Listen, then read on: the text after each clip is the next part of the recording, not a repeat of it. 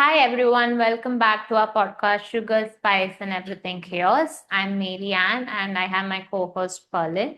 So I think for the last two episodes, I think Perlin has something very interesting to close it with this season. And I think for the season, we've covered a lot about the political climate of what feminism is, what misogyny is, and what marriage is for a lot of women. And finally, also how we can reparent ourselves. So, Pauline, like, what do you have in mind for the last two episodes for the season? So the last two episodes, I thought we can look at basically bottom-up solution, the grassroots solutions where we start things at home. So just to kind of trigger the curiosity of our listeners, I have this quote with me, and I thought that's something that we could start with. So the quote is, "We raise our daughters and we love our sons." I'm going to repeat that. We raise our daughters and we love our sons. So this is, I think, like an almost familiar quote for most of us. And it basically, okay, this is how I interpret it. So it basically talks about how we are so quick to discipline our female girl children and how we're so, easy with the existence and the freedom of young men, the boy children. So what we see is freedom and uh, a sort of guidance, right, is important for both girls and boys. But unfortunately, in society, we kind of do some gender typing thing with it, where we say, okay, girls get the sort of structure and discipline and function. Girls get to be useful. Girls have to be this way. But when it comes to the male children, it's not really, we kind of assume that men will raise themselves and then like one day turn out to be wonderful citizens of the world. But you just like focus on giving them freedom, giving them what they need. So if a male child wants something, you just love them enough to kind of trust them, right? So what do you think of this interpretation? Do you agree with me? Do you disagree with me? Where's your head at? It makes me sad. It makes me actually, I don't know. Even when we were doing the script, it made me like tear up. And even now, it is making me tear up. I'm not sure because of part of the cycle I am in. I don't know. But it's just sad that, we women have to be, kind of tamed, tamed in the sense that I am not saying that we are a wild animal, we are harmful or something. But, like I think we spoke about this difference, like, in one of the episode where, how animals are let free and people are kept in a cage, that kind of a concept, that kind of a zoo has come. Like we are being tamed and put it into a prison and we are told so many things and we have to be 10 steps ahead. If we have to show that we are better than anyone, we have to be 10 steps better. But it just makes me question and makes me feel like, why do I have to be better all the time? Why do I have to try so much? Why do I have to be good at something? Why can't I be an average? Why can't I be bad at something and still be accepted and loved and for who I am? And it resonates with what we spoke in the dead daughter over divorced daughter episode as well. Like parents are like, they know that they are going to be dependent on their daughters. They need their daughters, but they take them for granted. And daughters like are always chronically looking for their parents' love. And I see it in my grandmother, I see it in my mother, I see it in my aunt, I see it in my friends. Like daughters are really looking for that unconditional love, but we are never given that unconditional love. There's always conditional love. You be better, you be a great person, then you get love. But I don't see it the same with my male counterparts who are there. They just get loved. And imagine how it will feel for a people child. Yeah. I think men would kind of come and fight us for this as well, where they say, I'm not loved and whatever. But I think what they mean is they confuse love for service, right? Where they want to be served. When they say love, it means take care of me. I want to be a baby when I'm 40 years old, 50 years old. I don't want to move a finger.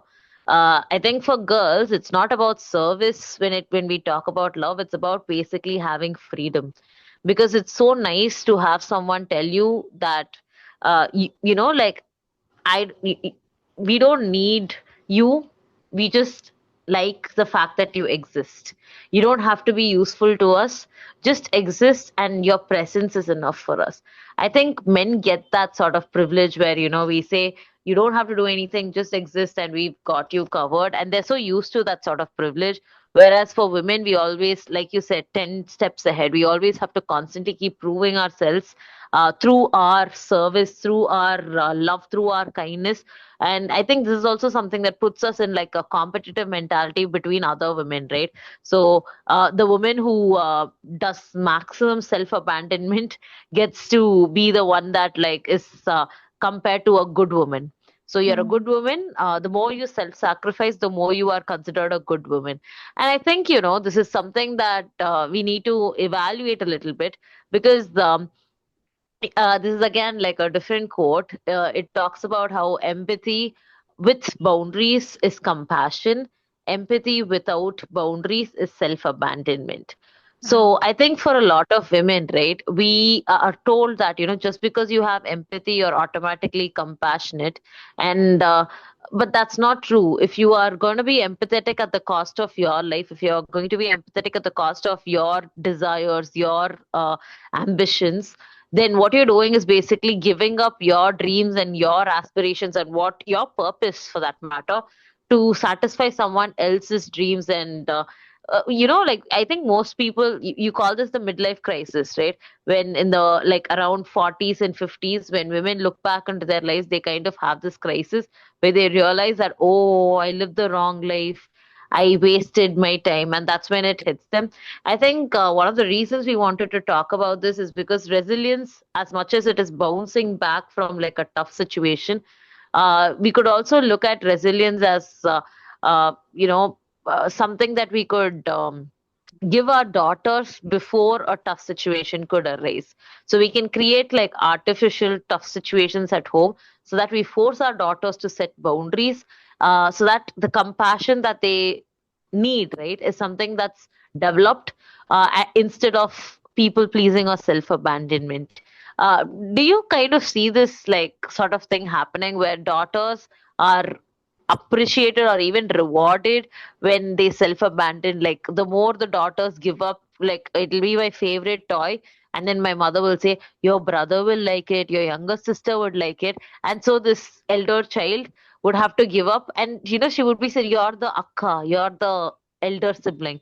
And it's usually something that's done to the daughters. If it's like the first son, right, they don't have this pressure so much, because like boys will be boys, if there's competition, so you get two toys.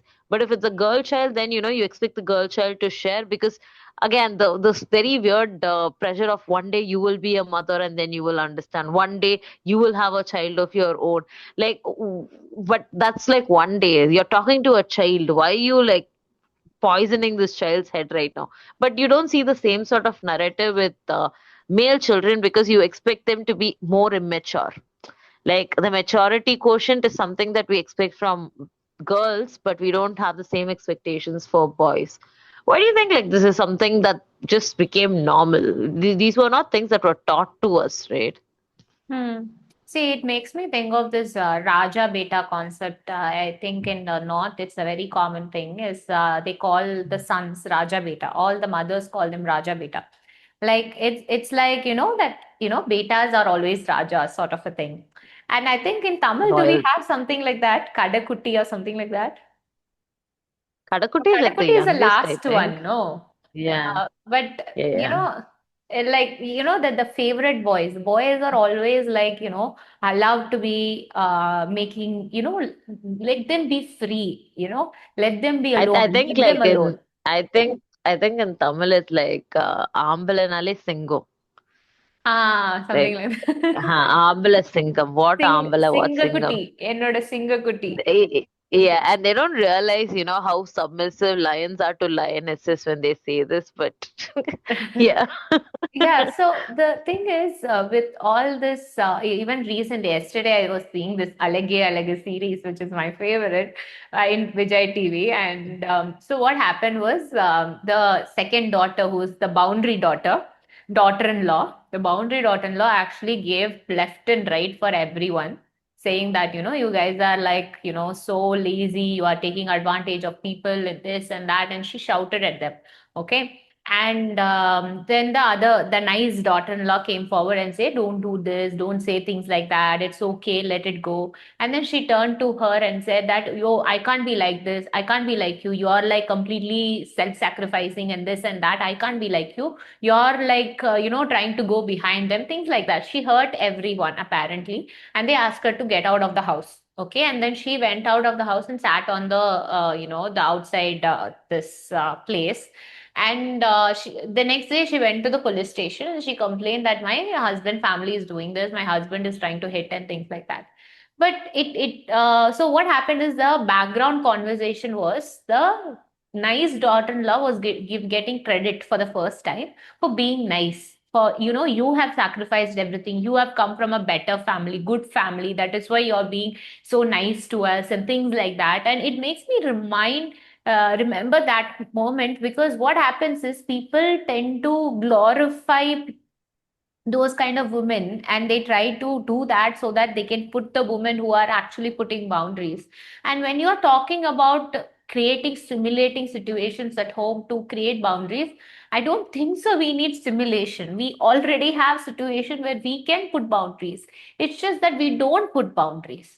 And it's something that is not encouraged for women at all. Boundary women are like, hoes, sluts, bitches, whatever. So yeah, that. And why, if you're asking me why, I don't know. It makes me think of this conditioning. That's all I can think of right now. This how mothers, when they have their birthdays, they have to stand in the kitchen all day, make food for the whole house, and make some sweet and cake, and they have to work extra hours on her own birthday from morning till evening to make the family happy to celebrate her own birthday when she's logging off in the kitchen. And daughters see this, and even when you ask the mother, why are you doing this? It's your birthday, we can go out. Then they'll be like, I like to do this. I like to do this for my family. I'm very happy that I'm doing this. It makes me happy to see other people happy. And this kind of a thing also gets transported to the daughters as well, right? So I'm thinking, is it conditioning? Is it because of this conditioning that we are trying to be self-abandoning and self-sacrificing in our own lives? Is that why it's happening? I think you are right here, but the conditioning isn't that, we see everyone abandoning themselves and then we automatically do it. I think it happens in a much more subtle way at home. So I think it all has to do with like our expression of anger. The first time you express anger is the first time that try to set a boundary at home. So let's say, you have your own toy and then your mother says share it with someone and then you get angry, right? So that's your first line of defense when it comes to boundary setting. But unfortunately, what happens in Indian families is women are told they cannot get angry. So one of the expectations for women is to be feminine, and feminine automatically means just soft, weak, and docile. But that's not the whole picture of feminine.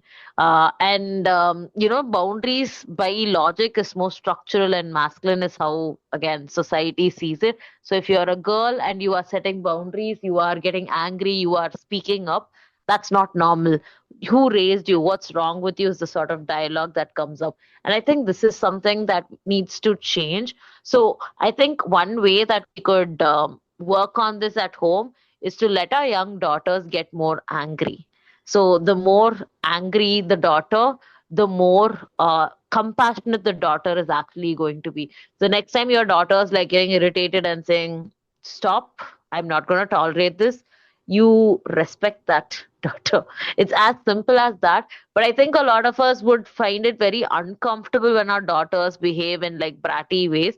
But when our sons do it, we're much more tolerant of it because, yeah, he's a boy. And you would see that, when it comes to punishments as well, uh, the sort of way that we treat our boys is to kind of attack the boys, where we either verbally or like physically deal with the boys.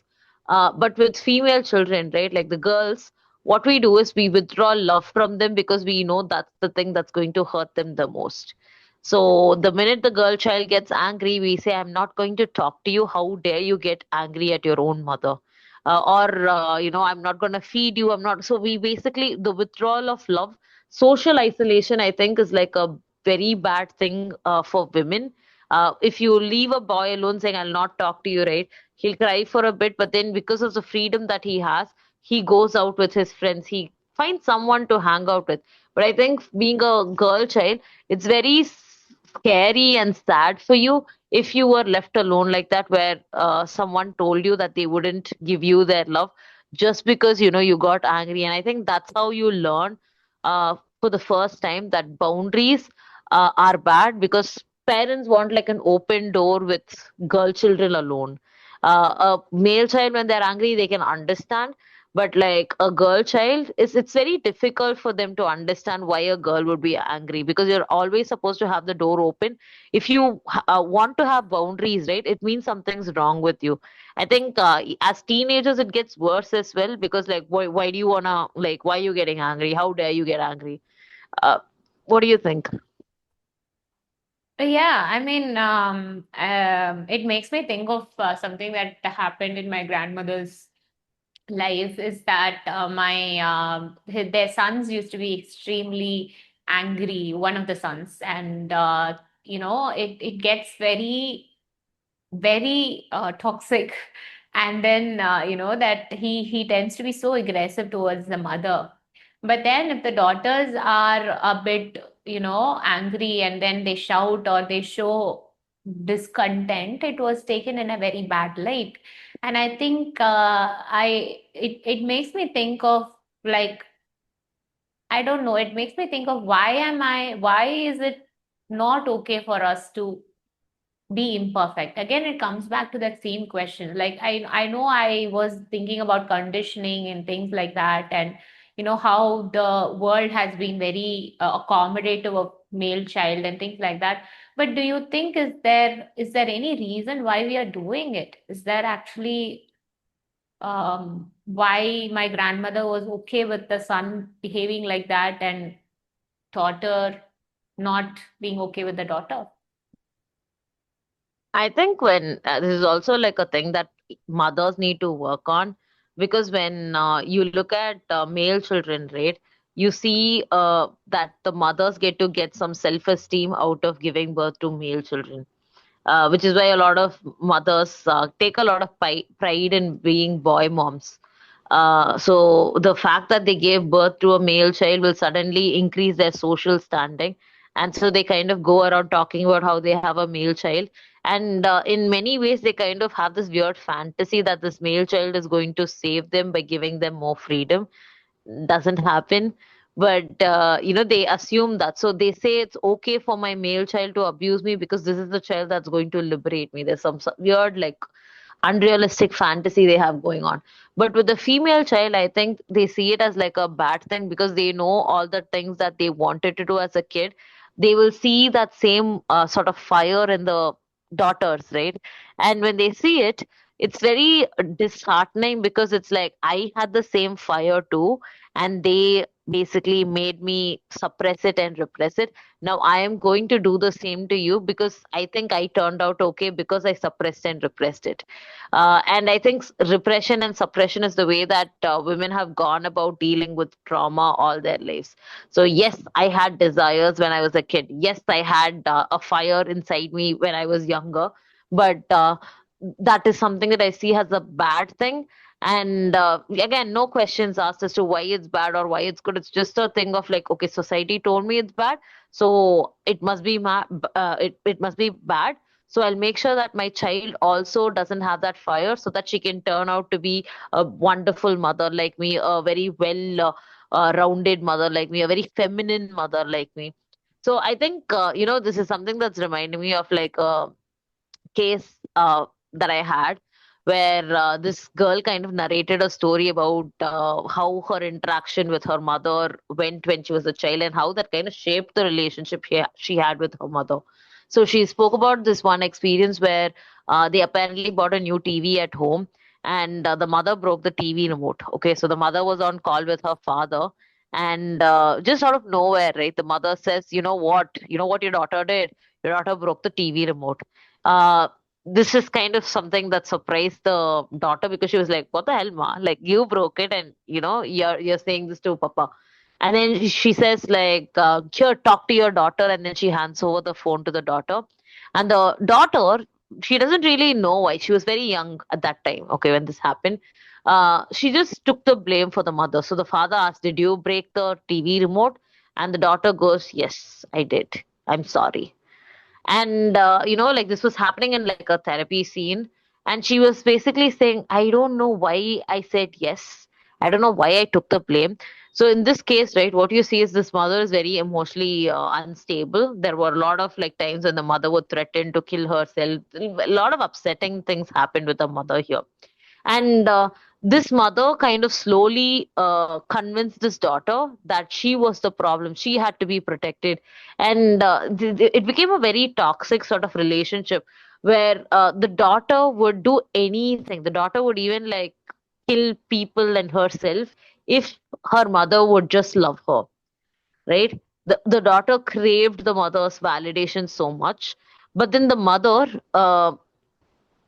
loved the fact that the daughter was giving her unconditional love, and she thought it was okay to abuse that because it's her daughter. She carried the daughter for 9 months, and she did everything right. So like, outwardly, right, they she kind of gave that impression that she was best friends with her daughter more than she was her daughter. So she, like, this is the kind of mother who would you know uh, think it's a compliment to say, "My daughter looks like my sister." Like, Hmm. she would kind of constantly try to do this thing with her daughter where she maintains, "My daughter is my friend," all these things. But then at the same time, you will see that this mother exploits the fact that this daughter is yearning for her love. Hmm. So I think the core of it is to fix the relationship between the mother and the daughter, because mothers need to stop identifying their daughter as themselves, um, and punish their daughters for the things that they didn't resolve in themselves. It makes me feel like it's very sick story, and but I think I have, because I'm a therapist as well. I've seen a lot more cases like this as well, where kids are being put in situations, and mothers tend to put it on their daughters, or the parents tend to put it on their children, saying if somebody dies and then they die, and then they say they died because of you, and if something happens to them, I'm like this because of you. When the child at a very young age, at a very malleable age of 4 or 5 years old, is being given such a huge hit, it sort of feels like a life or death situation, right? It's survival mode for them, because for a child that is like a life or death situation when the sole caregiver is in danger, and the danger is because of me. And it is also reminds me of this book called Drama of the Gifted Child, right? It's a book that tells you how certain children, because of the traumatic situations that they are in, they try to understand the kind of drama the adults play, and they take on a role and start playing it. And when they start to play it on a long term basis, that they try to imbibe those traits or behaviors that they learned during those early years. Like, I think when you were telling me the story, there was this client who came, and she apparently was not doing well mentally, and her mother was not being supportive. So her mother, when she's crying, she would just close the door and walk away, and things like that. She would not even acknowledge her, and she gained a lot of weight, and there was a lot of body shaming happening in the family. And once what happened, so knowing that the girl is going through a lot of it emotionally and gaining a lot of weight, she got her a dress, and the mother and daughter, they got her a dress and they both wore. And mother was looking, had lost a lot of weight, and she wanted to wear it with her daughter, right? And then she didn't wanted to do, because she was not happy with the way she was looking, so she didn't wanted to wear the dress or take a picture. But her mother was forcing her a lot, and then she said, okay, I'll take a picture with you, but don't post it anywhere, or don't post it on your family group as well. So she said, yeah, yeah, I won't post it anywhere, it's just for us. And then she took a picture with the daughter, and she posted on Instagram or whatever in family groups. And then the comments started coming, things like, oh, your daughter looks older than you, your daughter looks bigger than you. And that sort of she keeps putting her daughter in that situation where she makes her feel good about herself, that, oh, I am younger, I am prettier, I am this, I am that. I don't know why people don't, mothers don't see it problematic to do it. Like, forget about being a mother. As a human being, I don't you see that it's problematic to, so, wantingly putting a person like that in that situation, knowing that they are hurt, especially at a age that they are not able to cognitively make sense of the situation, where they are just struggling to find themselves in the world. I think this is where, we get motherhood wrong because we think just because someone is a parent, right? Not just mothers, fathers as well. Just because someone is a parent, automatically they're good parents. But I think a lot of parents today are insecure adults. So what you see is these insecure adults, they transfer their insecurities to their children and they expect the children to love them despite the fact that they are trying to transfer these insecurities onto them. They project their insecurities saying, like you're fat, you're this, you're that. Well, this is a child, so the child, like I don't know what makes them, say these mean things to children. But somewhere, right, they get to like be bullies in their life for the first time, I think, and that gives them a weird sort of kick, like I'm superior, I'm more powerful. Obviously, you're more powerful because your competition, your enemy here is your own child. You have complete control over like what you do and don't do to them. And I think like this is also like a weird sort of thing, right? As long as you're under my roof, I have complete control over you. Like I think one way that insecure incompetent people can actually get self-esteem is by basically procreating. Like if you have a child, right, you Don't put immediately get ideas to into their feel minds. bro, like we literally live in, one of the most populated countries. I am not putting any new idea that's not already out there, right? So, like, I am not going to take responsibility for so many billions of people like being lost because, like, I mean, come on. They're giving birth to these children without really thinking about why they're birthing them, right? So it's just a easy way to kind of play God. We talk about how God is the creator, who is literally the creator of humanity. It's mother and father, the father, like whatever, right? The family unit, they don't have to be married, like all that's political, but like that aside, what you see is like parents get to play God, and which is why in a country like ours, right, just becoming parents gives you so much social status. We see the sort of rush that comes in with fertility centers, right? You worked in some, and I remember there were discussions we've had where both of us have kind of agreed that these people shouldn't become parents. Yeah. Like, why are they doing it? And they all kind of do it for wrong reasons. And what you see is these are people who are willing to, spend money that they don't have. They are willing to get loans and things just to, like do an IVF or something. But again, the question is why? And the why is very simple, which is basically to have control over individuals that are easy to exploit, because we all need to feel good somehow, and the easiest way to feel good is to exploit another person who is powerless compared to you. Hmm. But what say, it's I think we wanted this episode to go in a direction where it's supposed to be positive, Mm.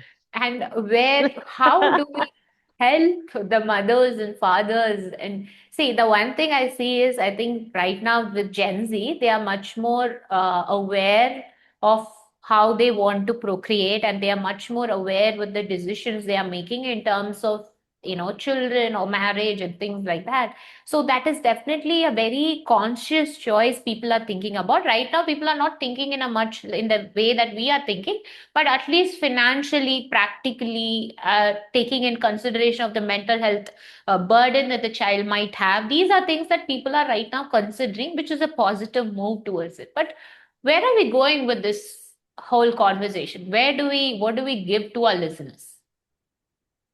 I think what we give to our listeners is just basically awareness at this point.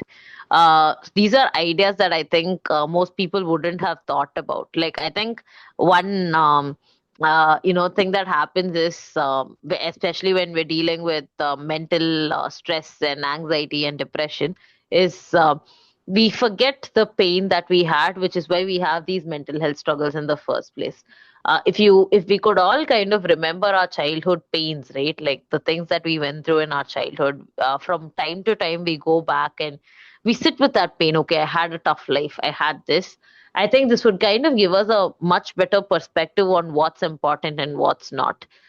Because But that's how you wouldn't take that care of your inner make child. us, but wouldn't that also make us victims of our No, own? no. See, this is not to kind of say looking back and saying, "Oh, I was so sad. I'm so pathetic." That's not the point of it. It's to remember your pain, where you understand that, like, okay, so this is something my mom would tell me. Okay, so one of the things that my mom consciously did when she became a parent is she never. Okay, so apparently when she was a child, her mother would kind of constantly say, "Sit properly, sit like a girl." Right? So my mom would say, I consciously chose to never ask you girls to behave like girls. Like, so at home or elsewhere, right? Like, I get to be comfortable. I get to sit in a comfortable way. I don't know what it's like to be a girl. Like, I am a woman, obviously. So I just have to exist is the idea. So if I exist, I'm a woman. Like, deal with it. Like, I don't have to perform femininity, right? Hmm. Like, so for me it was never a performance because I never had that script handed down to me. And the reason the script was not handed down to me was because my mother made a conscious choice not to hand it down to me. So even now, right, when I visit my grandmother, my mom kind of gets a little freaky about, like, oh, if your grandmother says something, you don't let her talk, because, like, she knows that, whatever her mother told my mother, right? Like, my grandmother told my mother was very hurtful towards my mother. Like, my mom was not happy with it. So my mom tries to protect me as much as possible because she knows the pain. She remembers the pain. And I think the problem that, like, parents have is that they forget the pain and they start to kind of in some ways romanticize the pain. Hmm. Like, I turned out to be so good because my mother abused me. So if I abuse my child will also become so amazing like me. But, like, that's so stupid. Like, But are you you, amazing is you, something that people don't ask. Are you really amazing? yeah, no, the thing is, like, amazing, and I think most people's definition is that you fit into society. Do you have a Hmm. basic education? Yes. Do you have a husband? Yes. Do you have children? Yes. It's only when they don't have these things, then they kind of sit and think, oh, what's the point? What's life and all that. So as long as you're following the script of get married by the time you're 25, have a child by the time you're 30, make sure your child is getting private education, international schools. So as long as you're, following like a weird timeline, right? We get to escape self-reflection. We don't have to sit and think about pain. There's so many, I think I kind of disagree with you when you said Gen Z is changing. I think Gen Z is definitely more aware, but I don't know if Gen Z is changing because Gen Z, when they start dating and things, they're realizing it's bad out there. So they are also kind of going back to the old script where they're saying maybe tradition is the way to go, and they're considering becoming housewives, giving up their career. They're like, what's the point of such hard work if this is what life is? A lot of Gen Zs have like casual, funny conversations about sugar babies, which is basically, like getting a sugar daddy and stuff, which is basically what like our grandparents' generation did, right? They married their uncles. Like, you get married to an uncle and the uncle has money, so you get to be a sugar baby. They didn't have these terms back then, but that's what they were Aha doing. moment. And now, yeah, and now Oh, Gen Zs are sugar doing daddy it with like always existed. yeah, they always existed. They're just, rebranded as sugar now. So, I mean, yeah, I think it all starts with just acknowledging your pain and moving forward. Is this positive enough for you? Is this a positive direction? Are you liking this direction now? See, it's not about me liking or not liking. I think the whole point of it is, I think, how are you going to treat your daughters? Because I think we are also still thinking about, after a lot of violence that's happening, we are still thinking, how do we raise better sons? But how do you also raise better daughters? Not just raise, love your daughters. And I think the quote that you mentioned, I think that should stay with us. We raise our daughters, but we love our sons. And I think, I hope that it comes down to we love our daughters and sons equally and unconditionally, We, regardless of and how they're we turning raise out both to. of them as well. Yeah, And we raise both of them. Like we raise both sons and daughters. We love both sons and daughters because both of them are children who are clueless. They need our yeah. guidance. It's just that. Yeah, and equally, like, let's create a world that's more relaxing, chill. Take a chill pill. Like, I don't know why people are complicating things, put pressure after pressure after pressure. But yeah, I mean, that's up for this episode. And do you have any closing note for this? Yeah, I think the chill pill thing is part of the problem. Uh, do you did you read the news recently about the Bengaluru metro thing? But it's the Mumbai Metro thing, no? The killing thing. No. Bengaluru metro stopped working for 11 hours or so.